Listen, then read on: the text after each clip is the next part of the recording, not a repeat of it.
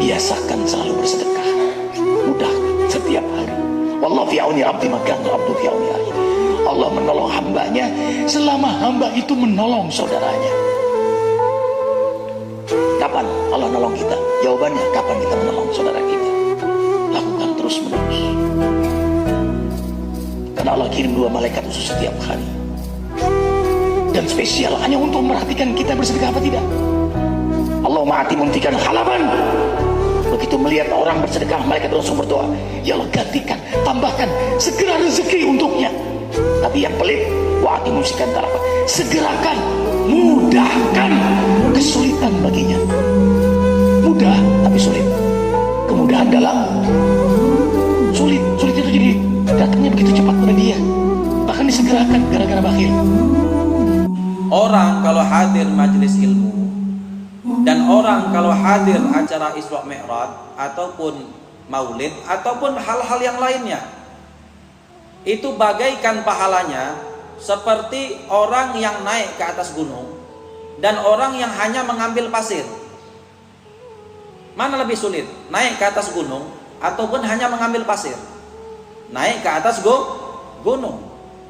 Makanya orang kenapa sulit hadir ke dalam majelis taklim, dan makanya orang kenapa ramai hadir ke acara Isra Mi'raj. Karena ketika orang ingin mendapatkan pahala seperti gunung, maka apa? Banyak setan yang menghalanginya, banyak iblis yang menghalanginya, sehingga membuat dia malas hadir ke dalam majelis taklim. Tapi kalau seumpama hadir ke acara Isra Mi'raj, sangat gampang, sangat mudah, ramai yang hadir. Ataupun maulid, ramai yang hadir. Kenapa? Karena pahala yang dijanjikan hanya seperti pasir, sedikit saja. Maka dari itu hadirilah majelis taklim, karena pahala yang Allah janjikan sangat besar dan manfaat yang Allah janjikan sangat besar. Dan tidak akan engkau dapatkan manfaat tersebut di dalam acara manapun kecuali engkau duduk mengkaji ilmu, membuka kitab dan betul-betul belajar ilmu agama. Hari ini kita di atas tanah, mungkin esok tanah di atas kita. Mati itu benar, siksa kubur itu benar, mungkar dan nangkir itu benar, alam barzakh itu benar, mahsyar itu benar, syurga itu benar, neraka itu benar, siratul mustaqim itu benar. Apapun yang terjadi dalam kehidupanmu, engkau akan baik-baik saja.